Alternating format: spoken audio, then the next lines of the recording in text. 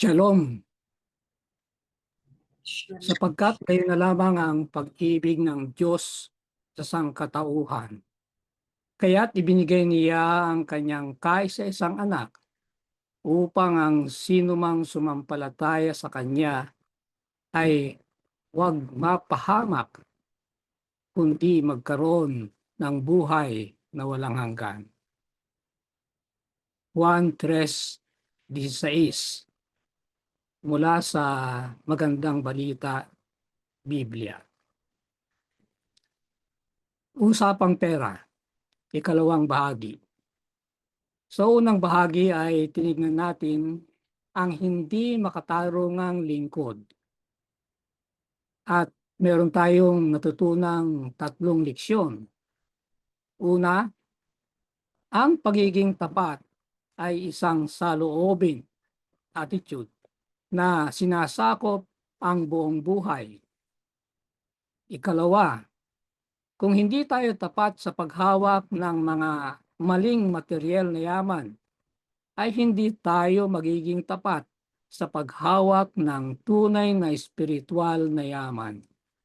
Ikatlo, kung hindi tayo tapat sa pagmamay-ari ng iba, hindi tayo magiging tapat sa hawak-hawak natin. Mahuhulaan ba ninyo ang ating paksa mula sa ilustrasyong ito? Tayo muna ay manalangin. O Diyos, siyasatin niyo po kami upang malaman niyo ang nasa puso namin. Subukin niyo po kami at alamin ang aming mga iniisip. Tignan niyo po kung kami ay may masamang pag-uugali at patnubayan niyo kami sa daang dapat naming tahakin magpakailanman. Sa ngalan ng Panginoong Hesus. Amen. Ang ating dalangin ay mula sa awit 139, talatang 23 at 24. Ang ating pag-aaralang talata ay mula sa sulat ni Marcos, Kapitulo 12, talatang 41 hanggang 44. At sa inyong screen ay mula sa The Living Bible. Lumapit si Jesus sa kahon ng koleksyon sa templo at naupot nagmasid habang ang karamihan ay naglalagay ng kanilang pera. Maraming mayayaman ang naglagay ng malalaking halaga. Pagkatapos ay dumating ang isang mahirap na balo at naglaglag ng 2 kusing. Pinalapit niya ang kanyang maalagat at sinabi, "Tinitiyak ko sa inyo na ang mahirap na balong ito'y nagbigay ng mas marami kaysa ibinigay ng iba." Paano mas marami ang 2 kusing? Ang sagot ay nasa talatang 44. Dahil ibinigay nila ang isang maliit na bahagi ng kanilang sobra. Pero siya, mahirap na gaya niya, ay ibinigay ang lahat ng nasa kanya. Pansinin natin ang paghahambing. Malaking halaga, pero maliit na bahagi lang ng sobra sa kanila. Maliit na halaga, ngunit walang natira. Kaya nga, wala sa halaga, kundi sa porsyento ng halaga sa natira. Ang tagpo. Kaakusa lang ni Jesus sa mga eskriba sa pagpapaliwanag ng kasulatan na umaayon sa kanilang ideya tungkol sa kaharian ng Diyos. Pinaratangan niya sila sa paggamit ng kanilang banal na katungkulan para isulong ang makasarili nilang pagmamataas at pagtakpan ang kanilang immoral na gawain talatang 38 hanggang 40 ng Matthew 12. Ang sabi ron ay lumilibot na kasuot ng mahahabang damit. Ito yung mga Pariseo at Skriba. Gustong-gusto na mabati sa palengke at pinakamabuting upuan sa sinagoga at mga pista. Nilalamon ang mga bahay ng mga balo at bilang pagpapanggap ay nananalangin ng mahaba. Ito'y babala sa mga gumagamit ng katungkulan para sa sariling kapangyarihan. Makikita natin yan, nakakalungkot kung minsan sa ating iglesia. Sa iglesia lokal, mga elder, at sa matataas na bahagi ng institusyon. Sa pamamagitan ng sentimental na pagpapakita ng espiritualidad, ay ninanakawan nila ang mahihirap at mahihinang balo. Hindi tamang halaga ang pinagkakalob nilang handog na maaaring magamit sa mahihirap at mahihinang babae. Sa Deuteronomy 14:29, makikita natin doon ang prinsipyo ng ikalawang ikapu na dapat ay nagtatabi ng pantulong sa mga katulad ng babaeng ito. Ang kwento ng balo at ang kanyang dalawang kusing ay hindi tungkol sa pera. Kasi kung ang pag-uusap ay tungkol sa pera, napakaliit na halaga.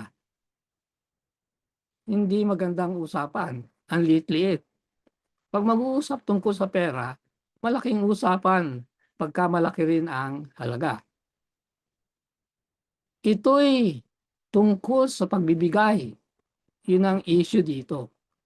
Mas tungkol ito sa pagbibigay kaysa sa regalo. Ito'y tungkol sa pag-uudyok, tungkol sa paniniwala, sa loobin, pananampalataya, prioridad sa buhay. Ito'y tungkol sa lahat ng mga ito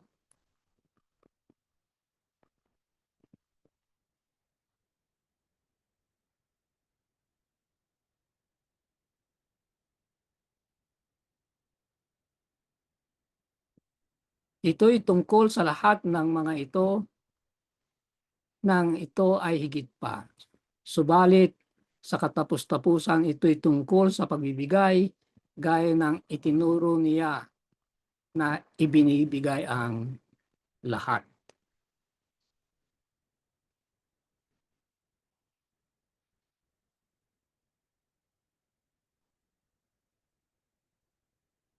Sabi sa Desire of Ages, ang motibo ang nagbibigay ng katangian sa ating mga kilos. Tinatatakan ng mga ito ng kahihiyan o ng mataas na halagang moral. Dalawa nakakahiyang motibo, kapuri-puring motibo. Hindi lahat ng dakilang bagay na nakikita ng mga mata at pinapupurihan ng bawat dila ay ibinibilang ng Diyos na mas mahalaga. Ang dahilan ay, ang Diyos lang kasi ang nakakabasa ng tunay na motibo. Tayo, mga tao, hindi natin nababasa ang dahilan ng ginagawa kahit pa yung sinasabi ng ating kapwa. Kaya, kung ano yung panlabas, yun ang ating tinatanggap. Ngunit hindi gayon ang Diyos. At sa Kanya, mas mahalaga ang motibo kaysa sa ginawa. Sapagkat napakaraming magagandang ginawa, pero ang motibo ay mali.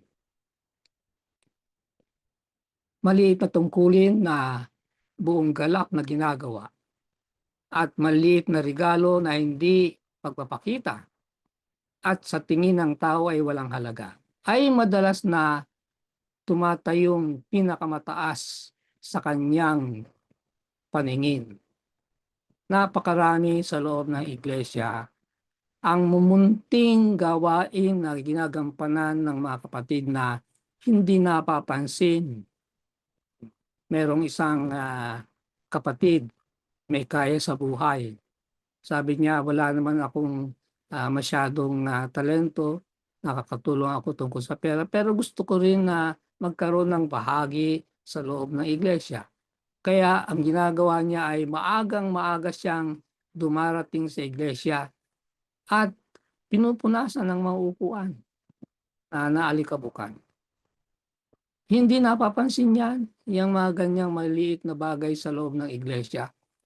Ngunit ang Diyos, hindi yan nakakaligtaan. Nakikita niya ang mga ganyan.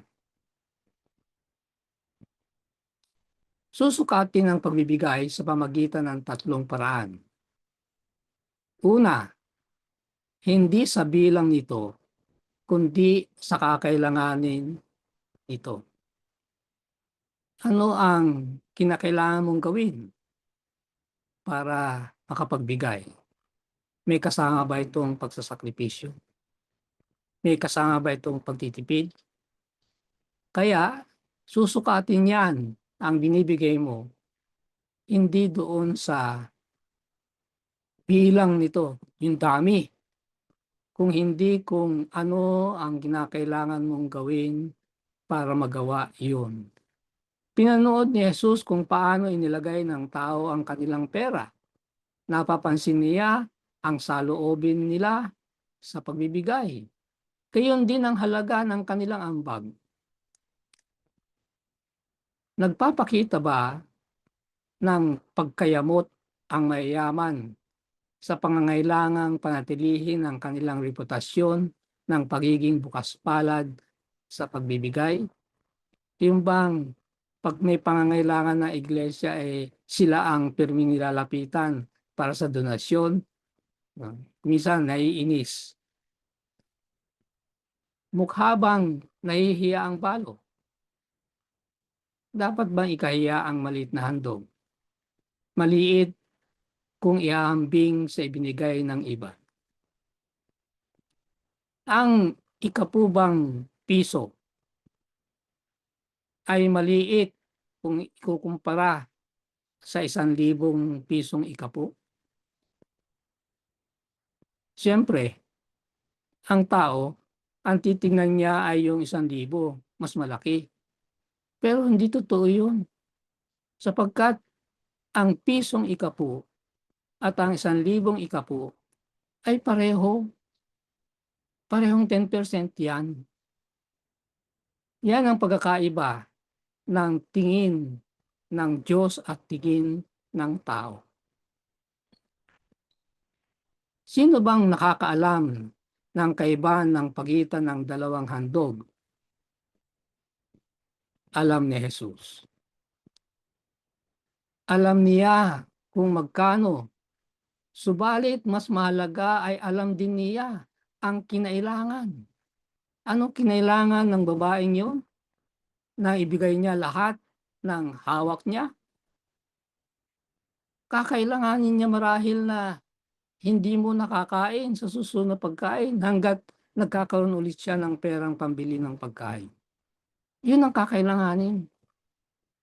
Yung isinakripisyo o kung walang isinasakripisyo sa pagbibigay. Hindi ba, sabi ng talata ay malaki ang binigay ng iba, pero maliit lang na bahagi yun sa sobra-sobra nilang perang naiiwan. Yun ang ibig sabihin nito, by its cost. Paanong may sakripisyo kung malaki nga pero maliit lang na bahagi ng sobra? Nagbibigay ang mayayaman mula sa kanilang kasaganaan para paandaran ang kanilang mga kaibigan at takutin ang mahihirap. Impress, ipakita na mayaman sila. Ganun. O kaya, ah, parang panakot sa mahihirap. Ah, sabi nila, wag niyo akong sisinu-sinuhin. Kaya-kaya kong ng mga abogadong de Campanilla pagka dumating ang araw. Yan, mga panakot yan. Ano. Ang malalaking donasyon nila ay hindi nag-aalis ng ginhawa o rangya sa kanila. Bagamat malaki ang donasyon, pero hindi nawawala ang lifestyle. Ganon, hindi apektado ang kanilang lifestyle. Hindi katulad ng babae. Yung kanyang pagbibigay ay aapektuhan ang kanyang buhay sapagkat ibinigay niya lahat-lahat. Wala talaga silang isinakripisyo kung ihambing sa kusing ng balo. Kataliwas nito, ano ang kailangan ng regalo ng balo? Ibinigay niya ang kanyang kabuhayan. Lahat ng kanya, sabi ng Panginoon. Kinakailangan bang maging mayaman upang makapagbigay ng malaki? Karaniwan, iyaan ang nasa isip. Kinakailangan maraming perang hawak para makapagbigay ng malaki. Pero hindi naman talaga totoo yan. Bibigyan ko kayo ng halimbawa. Tingnan natin ang isang walang yamang katulad ng babaeng ito. Ang maggugulay na taga-Taiwan na naging pilantropo.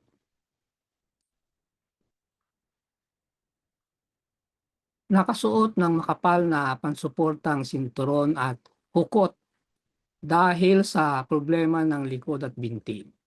Ang 63 gulang na si Chen Chu ay naglalagay ng sili, gabi, kabuti at sa mga bag para sa mga mamimili ng kanyang tindahan ng gulay sa silangang Taiwan.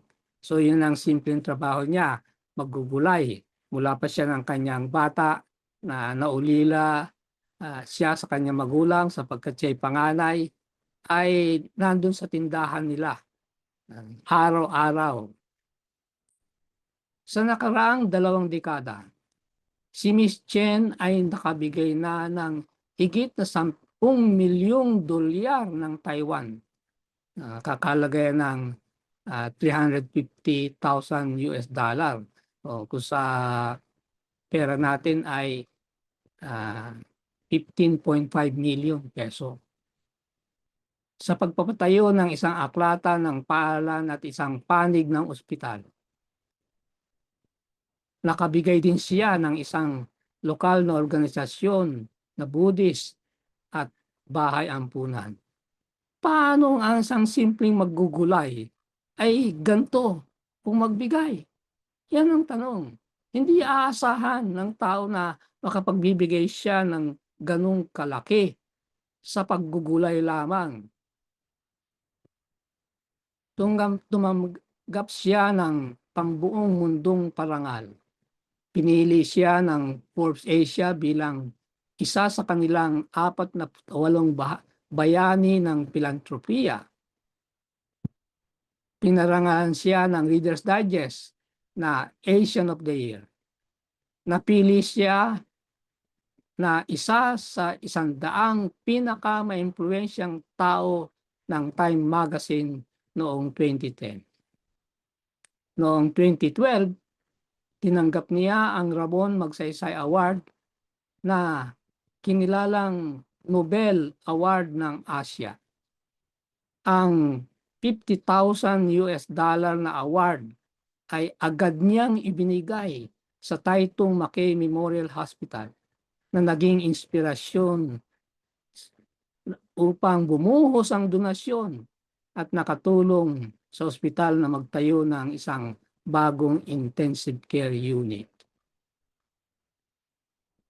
Kaya pala siya nakapagbibigay ng malaki sapagkat kung ano ang tinanggap niya, hindi niya ginugugol para sa kanyang sarili. Ipinamimigay niya. Yung mga award na yan ay may makasamang pera at buong buo ibinibigay niya. Siya'y matipid, hindi marangya sa buhay. Yon ang dahilan. Yon ang kinailangan niya para makapagbigay ng malaki. Ikalawang paraan ng panukat, hindi sa ibinigay, kundi sa natira.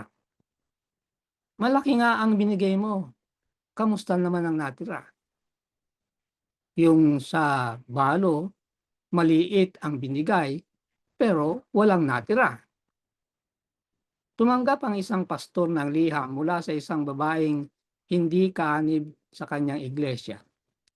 Sinabi sa sulat na siya'y nag-iisang ina, single mom, na patuloy na ang pakikibaka ay panatilihing may pagkain sa lamesa at paligayahin ang may-ari ng bahay buwan-buwan sa pamagitan ng upa. Subalit, na-impress siya na ibalik ang ikapu ng Panginoon. Hindi ko talaga kayang gawin ito, pero naniniwala akong dapat kong gawin. Ito'y perang hindi akin, pag-aari ito ng Diyos, sabi niya. Maaaring inihulog ng balo ang isang kusing at itinago yung isa para sa sarili. Sa sitwasyon ng kanyang buhay, ay maaaring isang matalinong kilos ang gawin ito. Yung ibigay yung isa at iwan yung isa, ay malaki pa rin sakripisyo yun para sa kanya. Tiyak na ang pagbibigay ng isang barya ay nababagay na sakripisyo sa pamantayan ninuman dahil sa pasimulay dadalawa lamang ang meron. Subalit ang pagbibigay niya ay hindi tungkol sa matalinong pagpapasya. Ito'y tungkol sa pagbibigay ng lahat ng kanya sa Diyos na kanyang iniibig at sa kanyang gawaing pinaniniwalaan niya. Ibig sabihin, dahil sa iniibig natin ng Diyos at naniniwala tayo sa kanyang gawain dito sa lupa, ay dapat na sinusuportahan natin ang gawaing ito. Gusto lang niyang mapanatili para sa kanya ay ang kanyang pangako na pangangalagaan siya. Doon siya kumakapit. Ibibigay niya lahat.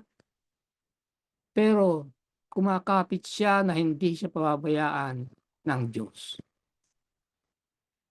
Matapos gawin ito ng balo, sa palagay ninyo, pababayaan ba siya ng Diyos?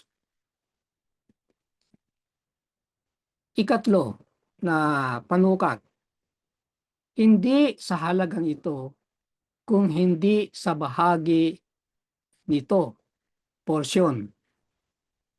Paano ipapaliwanag ito? Nakaranas ng paglago ang isang iglesia na nangailangan ng pagpapalaki ng mga kagamitan. Isang panawagan ng ginawa sa kapulungan na makibahagi na may sakripisyong pagbibigay. Isang babae ang nag-abot sa pastor ng tseke para sa $50.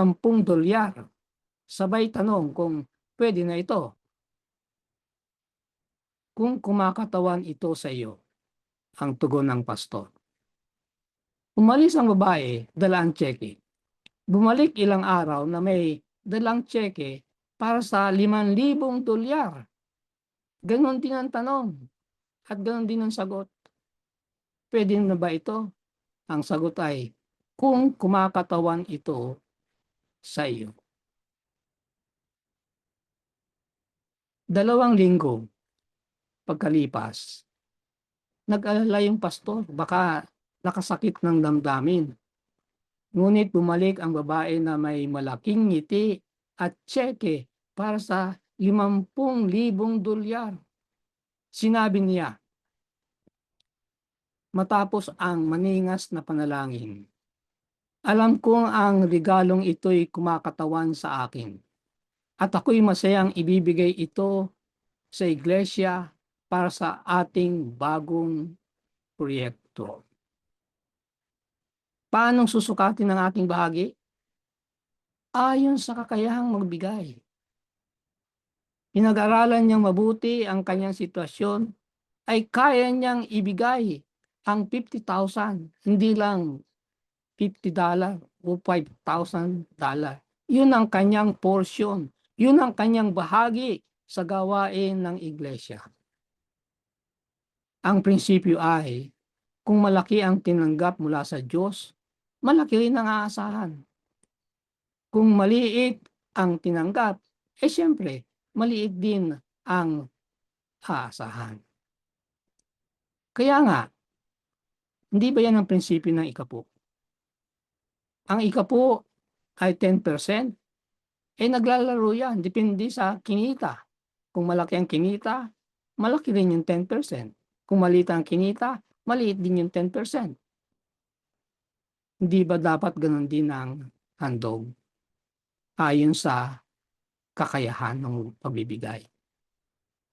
Kapag ganoon, ang handog ay dapat ding porsyento sa kinita, hindi lang ikapo. Yan ang aking ididiin sa aking mga seminar. Susukatin ang pagbibigay, hindi bilang sa bilang nito, kung hindi sa kakailanganin nito. Hindi sa ibinigay, kung hindi sa natira. Hindi sa halaga nito, kundi sa bahagi nito. Paano nakapagbigay ang balo ng talagang bukas palad at walang pasubali? Unreservedly. Aapektuhan ng ating pinaniniwalaan ang ating pagkilos. Di ba tama yan? Kumikilos tayo ayon sa ating pinaniniwalaan. Pero pansinin niyo ang susunod. Ang paraan ng ating pagkilos ay aapektuhan ang ating pinaniniwalaan. Ano mang kilos na gagawin natin, may epekto yan sa ating paniniwala. Tuwing ang ating paniniwala ay ating ikinikilos, tumitibay ang ating paniniwala. Tama o mali ang paniniwala, tumitibay yan sa pamagitan ng kilos. Ganon din sa panampalataya. Lumalago ang panampalataya tuwing isinasakabuhayan. May katuturan ba para sa kanya na ibigay ang lahat na meron siya? Hindi sinasabi sa atin ang nangyari sa balo pagkatapos na lisanin niya ang templo sa araw na yon. Hindi mo maiisip na pababayaan siya ng Diyos na maging hikahos at gutom matapos ang ganong katinding pagpapakita ng panampalataya. Maalala niyo si Elias at ang balo sa Serepta na masusumpungan sa 1 Hari, Kapitulo 17. Ang panahon niyan ng tagtuyot, walang tubig kasi walang ulan. At mayroong problema sa mga pagkain. Kaya si Elias, kasi si Elias ay tinago ng Panginoon sa may ilog at pinapakain ng mga ibon. Natuyo yung ilog. Kaya pinapunta siya rin sa balo. Pagpunta niya rin sa balo, nakita niya na namumulot ng mga patpat sapagkat magluluto siya.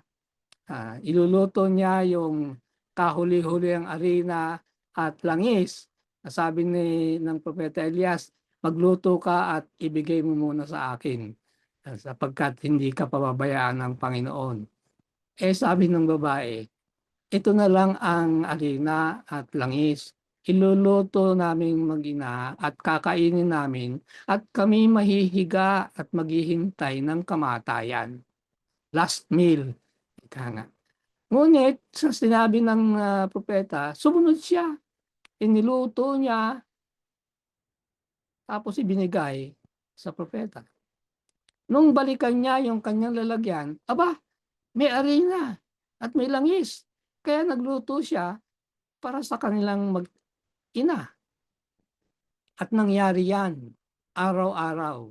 3 beses na timbabalikan niya ang kanyang lalagyan, merong sapat na mailuluto para sa kanilang mag-ina at para sa propeta. May nagsasabi na ito ay nangyari sa loob ng 3 buwan. Kaya 3 kainan, multiply niyo ng 30 days times 3 months, yan ay 270 kainan, 270 mga kababalaghan. Biro niyo yan. Anong epekto niyan sa pananampalataya ng babaeng ito?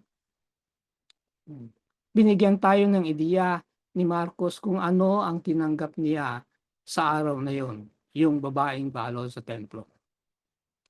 Kaya balik tayo doon sa balo. Natamo niya ang nagtatagal na katanyagan. Gumugugol ang tao ng milyon-milyon sa pagtatayo ng mga monumento o nagtatatag ng posisyon ng kapangyarihan sa pagsisikap na manatiling buhay ang kanilang ala-ala sa mahabang panahon matapos silang mamatay. Noong araw, nakakita ako ng isang upuan, bangko sa ating bahay-sambahan na sa likod nito ay nakaukit, hindi nakapinta. Sa malaking letra ang donated by at ang pangalan ng nagbigay. Matagal nang patay ang nagbigay pero patuloy pa rin kinikilala. Hindi naman sila talaga ang may-ari, katiwala lamang. Bakit yung nag-aabot ang pinapupurihan, hindi yung pinanggalingan ng iniabot? 2,000 taon pagkatapos ng kanyang kamatayan, ang balong ito ay kinilala pa rin ng buong mundo. Hindi alam ang kanyang pangalan. Pero sapagkat ang kanyang ginawa ay natala sa Biblia, hanggang ngayon, pinag-uusapan, ginagamit sa sermon, binibigkas sa mga tula, sa mga awit. 2,000 taon pagkatapos ng kanyang kamatayan, ang babaeng ito'y kilala pa rin sa buong mundo. Kinilala ang kanyang ginawa, pero hindi siya pinangalanan. Subalit, ang nagtatagal na reputasyong ito'y nangailangan lang ng kulang sa 1 sentimo. Hindi yung milyon-milyon ginagastos para ang pangalan ay hindi malimutan. Kaya hindi ang laki ng halaga ang nagbigay sa kanyang reputasyon. Napakaliit na pera para ituring siyang dakila. Ano ang kinilala? Ito'y ang kadakilaan ng kanyang ginawa.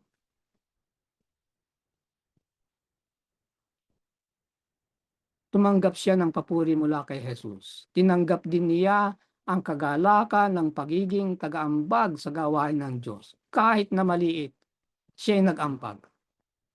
Ang kanyang papuri, buong kahanga-hanga, ay dumating sa babae ilang araw lang bago ang iglesia na binigyan niya ng lahat ng kanya ay nagpapako kay Jesus sa krus.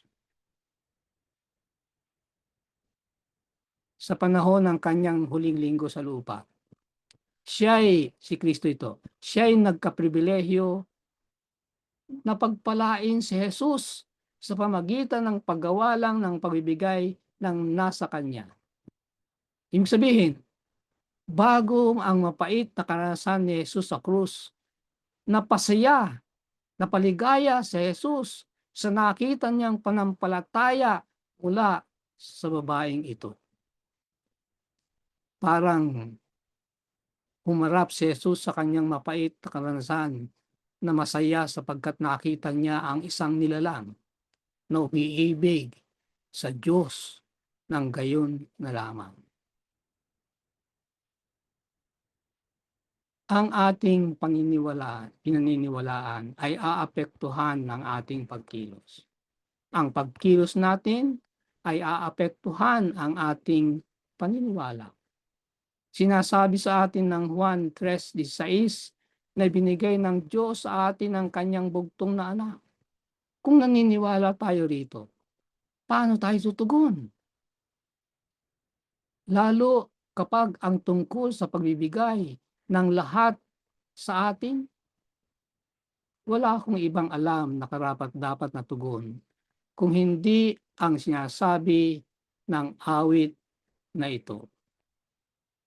Tanggapin ang aking buhay at pahintulutang maitalaga ito sa iyo, O Panginoon. Kapatid, ganito ba ang iyong tugon? Amen.